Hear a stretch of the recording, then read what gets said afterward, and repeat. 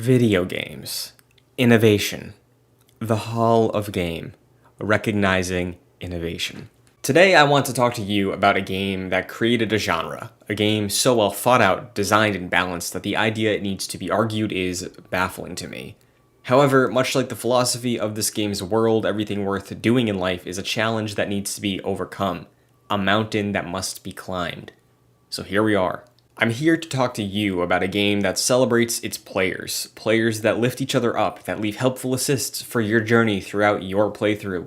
A game where everyone wants to help you climb the mountain, where you're inclined to help others because at the top you realize how useful those nameless helping hands were to you. A strand game, if you will. I'm here to talk about Dark Souls. Remastered, specifically. Dark Souls is a world lived in. Much like the original Star Wars trilogy, there are rules, history, and relationships that exist in this world without explanation. The cluelessness of Souls games, in my opinion, is overblown. You are the chosen undead, a soul cast to the whims of fate that must rekindle or extinguish the first flame. As you take your first steps in the world, you meet a man, Oscar. He is a knight who has set out to fulfill the role of chosen undead, however, he fails early in his journey, or at least early relative to your perception of it. In his final moments, he uses his last will and strength to assist you, a rotting corpse who will likely meet a similar fate simply so he doesn't die in vain. A spark of hope begins your journey, and this warmth is encompassing of Dark Souls. Or you could just kill him. Dark Souls is a world spilling over with player choice and emergent narrative. One of the current Hall of Game GOATs, Skyrim, is an unrivaled game in terms of interactivity, being able to pick up every item, use them to help you steal, among other things. Now imagine if you could have that amount of influence over a narrative, or NPCs. In Dark Souls, a game from 2011, you can. Every NPC can be killed, several can be ignored, killing some NPCs early can cut you off of side quests, save lives, or wall you off from progression with others. It's a world that feels more alive and dynamic than games releasing to this day. For instance, Knight Lautrec is an NPC I found imprisoned early in my playthrough. I freed him on the promise he would reward my deed later on. He did, but thanks to me freeing him, he was also able to complete his mission of murdering the Firekeeper, an ally to the player who allows the location of Firelink Shrine to be a safe space where you can find relief and become your most powerful upon arrest. By pursuing Lautrec, I was able to save my Firekeeper and allow our relationship to foster to the point where I could double my power every time I went to Firelink. In playthrough 2, killed Lautrec. It was on site, no questions. But I wasn't given the opportunity to save and thus prove myself to my Firekeeper.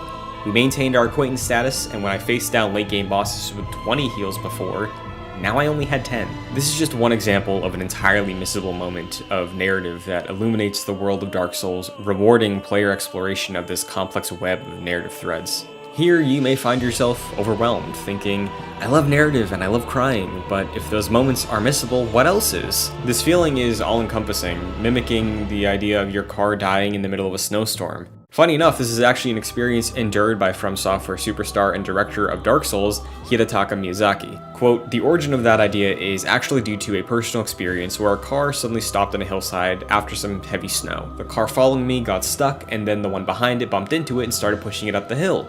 That's it. That's how everyone can get home. On the way back home, I wondered whether the last person in line had made it home, and thought that I'd probably never meet the people who had helped me. Maybe if we'd met in another place, we'd become friends, or maybe we'd just fight. This one aspect of Dark Souls gets lost in the vocal toxic sects of the fandom that I know are present, but trust me, they're smaller than they seem. The notes left behind in the world of Lordran exist to help you find your way, whether it be uncovering a hidden shortcut, lighting your path through a dark tunnel, or cluing you in on who might be a rat waiting to backstab you. This sense of community extends to online spaces where people can discuss their journey, secrets they found on their own or stumbled into. It's a unique aspect of this game that for a long time was lost in an industry so focused on making everything straight to the point and cinematic.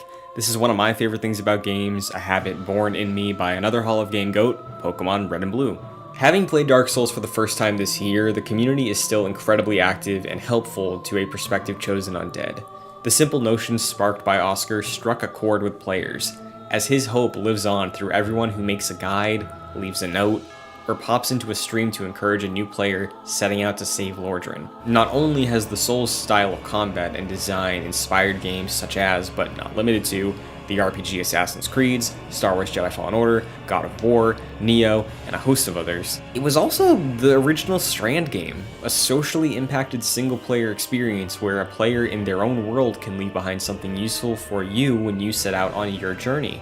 Kojima, where are the receipts? Seeing where RPGs have grown across the PS4 and Xbox One generation, I don't think it's ridiculous to say that Dark Souls is the most influential game to release in the last 15 years. Strictly talking game language, I know all of us are used to attacking with R1 and locking on with the right stick at this point. In addition to the innovation and narrative of Dark Souls, I wouldn't feel right wrapping up this presentation without briefly mentioning some great elements of the game.